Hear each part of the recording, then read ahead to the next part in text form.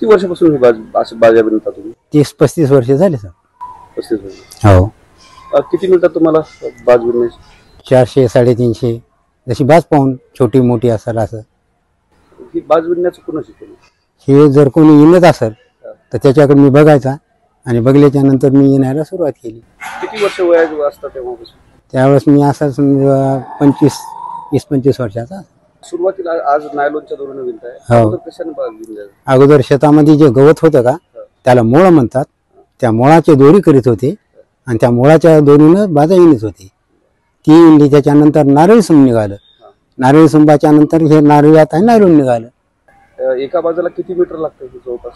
हे समजा 4 किलो लागते. आणि मुळाचं किती लागेल? मुळाचं 2.5 किलो 3 किलो. आणि सुंबाचं 3 किलो लागते. बरं, आता ही आपण तुम्ही किती वर्षापासून विणता बनले? हे 35 वर्ष झाले समजा. सुरुवातीला किती पैसे मिळायचे? सुरुवातीला मिळत होते 2 रुपये 1.5 रुपया, नंतर 3 रुपये 5 रुपये असे वाढत गेले. आता दिवसभरात किती बाजा विणतात? 2 किंवा 3. आता पण लोक बाजेचा वापर करतात का?